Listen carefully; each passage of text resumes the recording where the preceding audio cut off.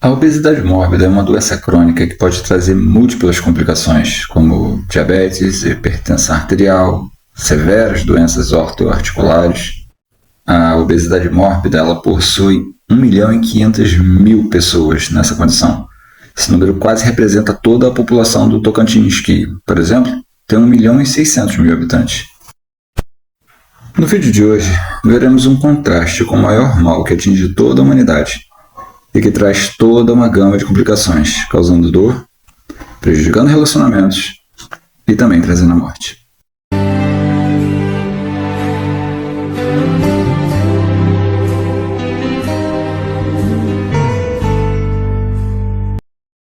Para poder fazer esse vídeo aqui, eu assisti hoje um episódio que eu não havia visto antes de Quilos Mortais.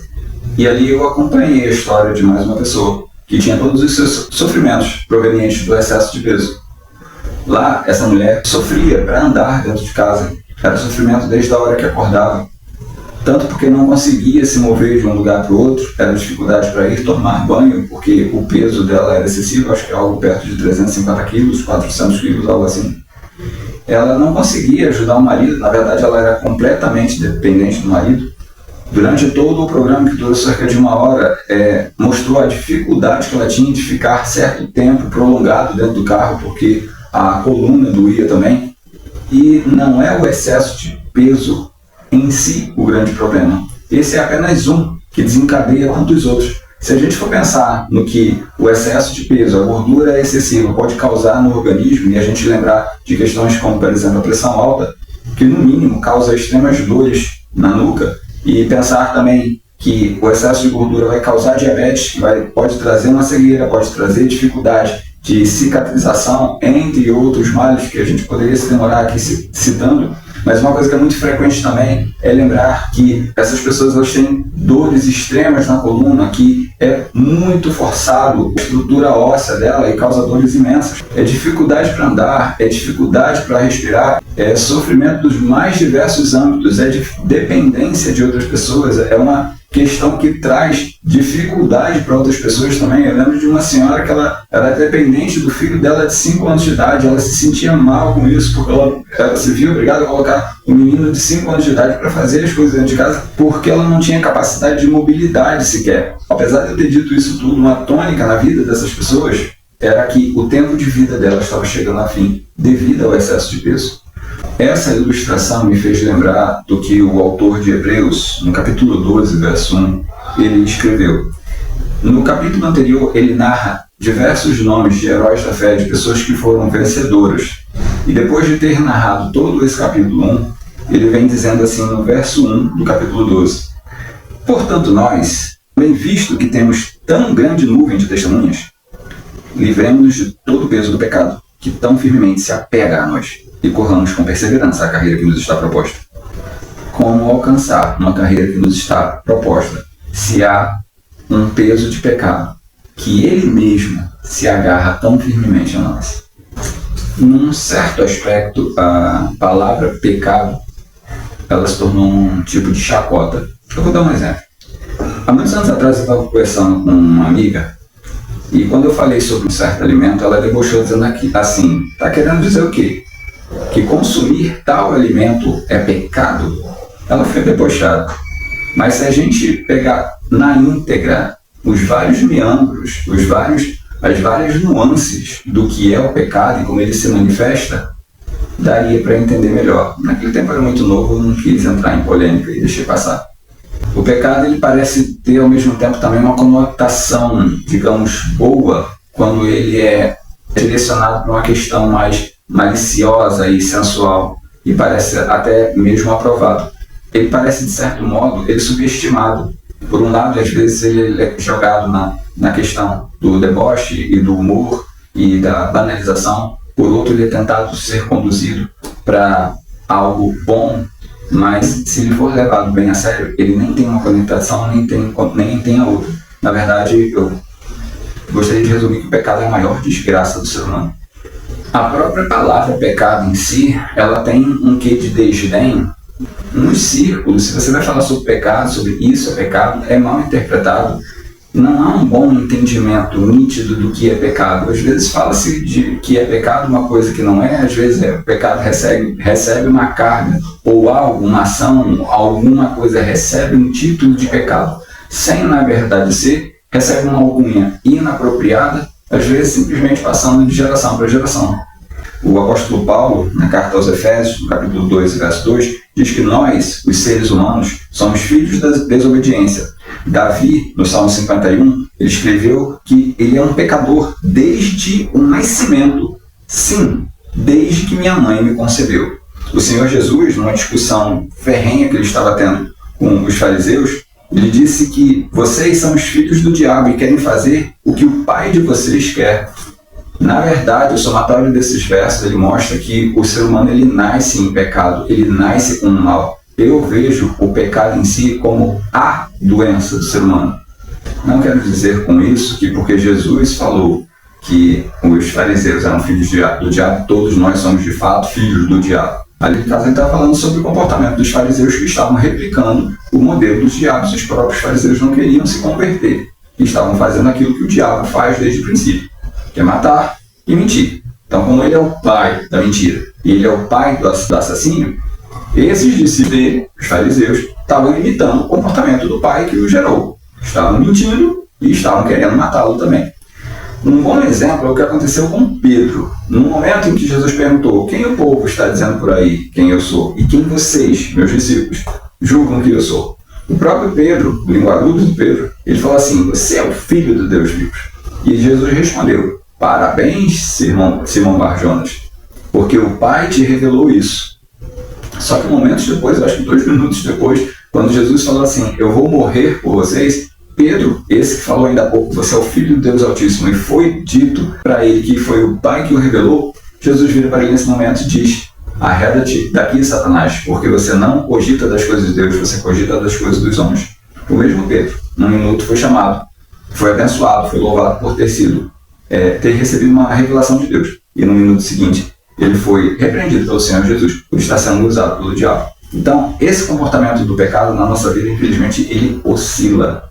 Só que, infelizmente, a nossa natureza, que é o ponto que eu estou querendo trazer, ela é pecaminosa. Nós somos impulsionados pelo mal, ainda que nós tenhamos uma raiz divina, ainda que o Espírito Santo, ele, desde o primeiro momento, ele venha trazendo de volta para Deus, nós temos um impulsionamento pecaminoso para fazer tudo aquilo que é errado.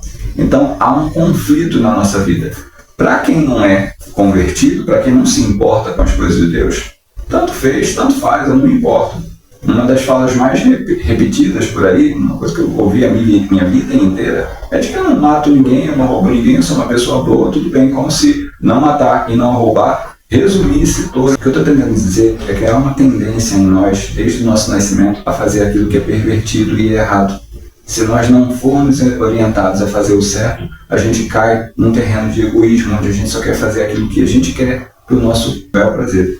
O apóstolo Paulo, no capítulo 7, versículo 19 da carta aos Romanos, ele diz assim: eu não faço o bem que eu quero fazer, mas justamente o mal que eu não quero fazer, é isso que eu faço. Esse é o nosso dilema, é isso que habita em nós. Há um querer, por um lado, de fazer as coisas certas, há um querer ser bom, mas há algo dentro de nós que nos impulsiona para aquilo que é errado e é torto. Você sabe que o certo é não xingar, mas o palavrão, a maldição, bem fácil para a nossa boca.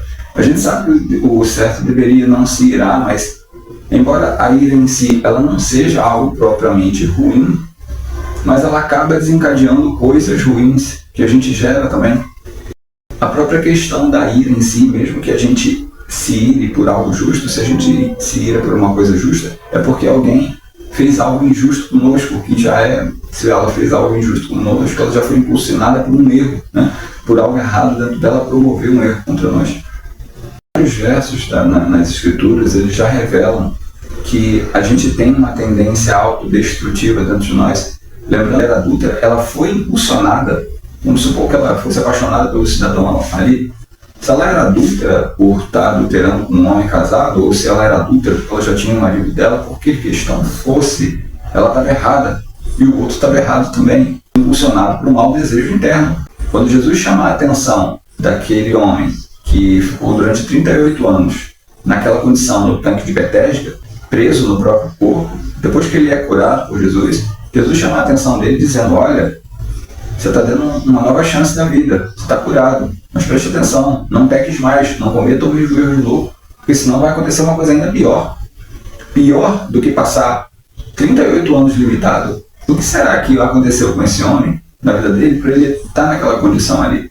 É uma pergunta um tanto tosca também dos discípulos de Jesus, sobre um homem que não tinha visão. Ele fala: mestre, quem pecou para que ele ficasse cego? Foram os pais dele? Ou foi alguma coisa que ele fez para ficar cego? Então, Jesus diz: não, nenhum pecou, nem ele pecou, nem os pais dele pecaram. Mas já que isso aconteceu, vai ser manifestado o poder de Deus agora para a cura dele. Então ali Jesus diz que o pecado ele já existe no mundo, ele já está presente no mundo como um mal na nossa vida. Já é uma realidade para nós. Se a gente voltar um pouquinho antes, na questão lá da mulher adúltera, vamos considerar que tanto ela fosse casada como o homem lá fosse casado. Aí é uma realidade nos dias de hoje. Tanto ela poderia estar trazendo dor, como outras mulheres trazem dor na vida da família dela toda, como o homem, na mesma medida, sem ser diferente, ele traz dor dentro do relacionamento dele, estragando toda a família também.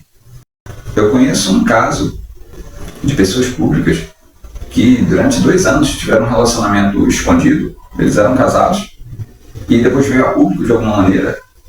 A devastação que isso causou, tanto na família dele, não só para a esposa, mas também os filhos, a devastação que houve para o marido dela, enquanto eles estavam tendo 2 anos de love, tranquilos e curtindo aquele momento ali. Mas que era errado. Esse impulsionar de querer fazer aquilo que se tem vontade, de viver novas aventuras ou tentar escapar de alguma situação, não importa.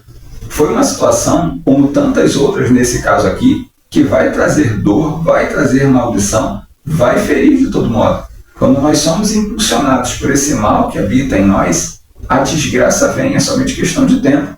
Ainda que não venha para nós, mas vai vir para o outro. O pecado ele parece ser uma doença em nós, eu não tenho outra maneira para descrever. Em vários âmbitos, em vários formatos, o pecado ele vem trazendo desgraça para a humanidade.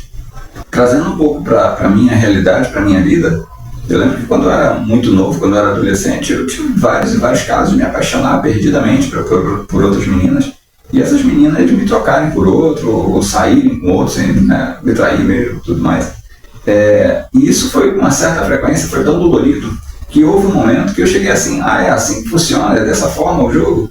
Que eu achei que, como era dessa forma que o mundo estava me ensinando, eu deveria me comportar dessa forma também. Então vê aí que nós somos contaminados por aquilo que o mundo tem a nos oferecer. Porque fizeram comigo, não estou dizendo que foi certo, mas é um comportamento que se repete, é bastante comum. Eu vou querer fazer com o outro por conta de vingança, para me sentir aliviado, que na verdade alívio não vem nenhum. E acabei fazendo com várias outras meninas que não mereciam, pensando hoje, né, com a cabeça mais madura. Eu nunca deveria ter feito nem com as erradas, né, deveria simplesmente ter me afastado, não ter me envolvido com elas. E muito menos ter feito com outra menina que não merecia aquilo que outra fez comigo, é completamente descabido.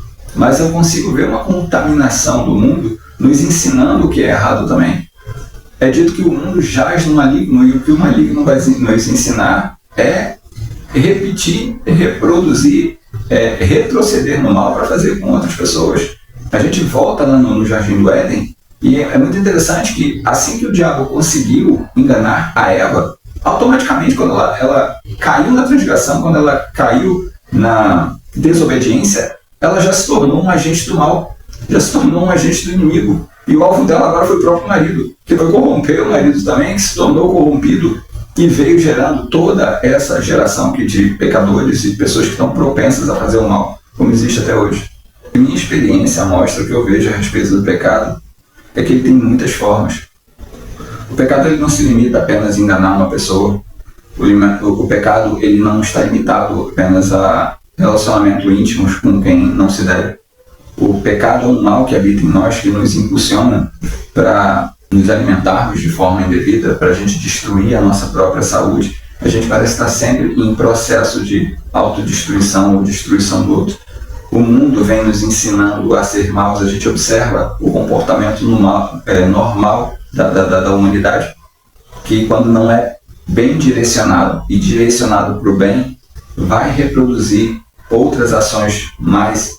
Mesmo a pessoa que se julga boa, mesmo a pessoa que tem como métrica a própria régua dela e diz, eu sou assim, mas pelo menos não sou igual ao outro. O ponto aí é que o ser humano, em algum nível, ele tem uma carga negativa, em maior nível, em menor nível. Algumas pessoas vão ser mais bondosas, outras nem tanto assim. Algumas pessoas vão ser malignas, outras não tão malignas assim. Na verdade, o que eu aprendi é que o ser humano, ele não é por si só completamente mal, embora ele possa vir a se tornar, e ele não é completamente bom, embora ele possa vir se tornando cada vez melhor. Mas o ser humano, de um modo geral, cada ser humano, ele vai ter uma métrica que vai para um lado e para o outro. E o ambiente, a vivência com o mundo, as experiências que ele tem no mundo, as experiências de vida, as experiências com outras pessoas, ou vão conduzi-lo mais para um lado ou mais para o outro. A busca de Deus é de converter o ser humano. Mas o ponto aí é que mesmo uma pessoa que já se julga bondosa, alguma deficiência ela vai ter que precisa ser corrigida. Se ela não faz mal ao outro, de algum modo ela tem a tendência de fazer mal a ela mesma. Se é uma pessoa que não faz mal, se preza demais ao ponto de não fazer mal nenhum a si mesma, acaba que ela vai causar o mal a outra pessoa em maior ou menor grau, e se for no maior grau, chances são de que esse mal que ela causou a outra pessoa vai voltar em algum formato para ela. Mas o ponto é que, por mais que existam pessoas bondosas, por mais que existam pessoas que se esforcem para fazer o bem, algum tipo de deficiência vai ter, porque o mal do pecado ainda habita nela. Pode não ser no adultério, pode não ser em drogas, pode não ser em bebida, mas pode ser numa compulsão alimentar, como no caso das pessoas do Quilos Mortais. Mas algum nível de mal habita no ser humano. Em suas mais diversas formas, o ser humano ele é impulsionado para, de alguma maneira, ele cometer o mal. E esse mal vai lhe trazer algum tipo de consequência. E se não for, as consequências não forem para ele, vai ser para alguma pessoa. O programa Quilos Mortais, o objetivo dele é mostrar, relatar a história de pessoas que estão com aqueles sofrimentos, quais são os sofrimentos e desafios daquela pessoa, como é a vida dela. E em algum ponto mostra essas pessoas indo buscando um certo especialista de controle de peso, que sempre está frequente naquele programa ali. Ao encontrar com esse especialista, ele vê qual é o quadro daquela pessoa, vê qual é a necessidade e mostra quais são as iniciativas que aquela pessoa precisa ter, se esforçar para que ela tenha condições de passar pela cirurgia. Por vezes as pessoas precisam, dentro de 2 meses, eliminar 35 quilos, como foi do programa que eu assisti recentemente, 40 quilos, depende pessoa por pessoa, mas é colocado um desafio para que aquela pessoa se esforce para diminuir o peso, para que ela possa passar pela cirurgia de redução do estômago. Eu lembro de um episódio do programa em que havia um rapaz, ele tinha uma namorada que ajudava muito ele, mas ela já estava cansada e ela não conseguia mais ajudá-lo porque ele mesmo não estava se ajudando. Ele não estava conseguindo vencer os desafios dele. E ele não se esforçava, a verdade é essa. E ela, ao mesmo tempo que queria abandoná-lo, ela não tinha coragem, porque se ela o abandonasse ali, ele não tinha condições sequer de se mover. E lembro que também o pai dele chegou ao ponto de vender um imóvel, um apartamento, talvez, para que tivesse condições de financiar o tratamento com esse médico. Mas o rapaz, na verdade, ele não se empenhava. Eu critiquei esse rapaz na época e uma amiga, ela falou comigo, porque você não sabe a dificuldade que é para uma pessoa vencer algo assim e conseguir, de fato, cumprir uma dieta tão rigorosa. É muito desafiador. Quando ela me falou isso, eu pensei, realmente, os desafios que eu tenho, o desafio que você tem para vencer um mau hábito, vencer o seu próprio vício, vencer o seu próprio dilema, ele é muito grande. É num momento como esse que eu lembro de novo de Paulo dizendo que a gente se livre desse pecado que tão tenazmente se agarra a nós. É interessante esse paralelo que a mesma gordura que por si só se agarra no corpo dessas pessoas e traz tanta consequência e sofrimento para todos os envolvidos, ela me parece de alguma forma semelhante a esse peso de pecado que se agarra a nós e nos traz tão grande consequência. E eu penso nisso, que nós temos também uma salvação para esse pecado. Assim como esse rapaz ele tinha a namorada para ajudá-la e se empenhar, e também o pai, nós temos à nossa disposição outras pessoas nas igrejas, temos anjos à nossa disposição, temos o Espírito Santo à nossa disposição, sendo que Deus, assim como aquele médico especialista que já curou de tantas e tantas pessoas e sabe como funciona o organismo das mesmas pessoas e consegue, depois de tanta e tanta experiência, realmente saber quando a pessoa ela está comprometida para vencer aquele desafio, para que os dois juntos consigam trazer cura e liberdade para os males do excesso de peso. O nosso Pai ele também está muito comprometido e preocupado conosco e também nos conhece, sabe quando a gente está comprometido com Ele. Não há como enganar. Esse tema do pecado ele é tão sério que eu não iria conseguir colocá-lo num único vídeo. Então eu tive cuidado de fazer esse vídeo aqui dividindo em 3 partes. Esse daqui é o primeiro dos 3. E eu te convido agora a você curtir esse vídeo, clicar no sininho para ativar as notificações para que no próximo vídeo 2, você seja avisado. Daqui a um tempo eu vou colocá-lo disponível aqui na tela também para que você possa ter facilidade de assistir. Se você achou ele importante, eu te convido a compartilhar ele com outras pessoas. O canal é novo, eu tenho repetido isso. Ele é da autoridade, apenas um bebê recém-nascido. Eu preciso muito da sua ajuda. Se você compartilhar esse vídeo com outras pessoas, se você julgou ele importante, fez sentido para você, o YouTube, ao ver que ele está sendo divulgado e outras pessoas assistem, ele vai ter condições de entender da importância dele e vai compartilhar com outras pessoas também. E nesse início de projeto tão novinho que ele está agora, é muito importante que você compartilhe esse vídeo. Não se esqueça, como um pai que se compadece dos seus filhos, assim o nosso Deus se compadece de todos aqueles que o amam e o respeitam. Fica com o Pai.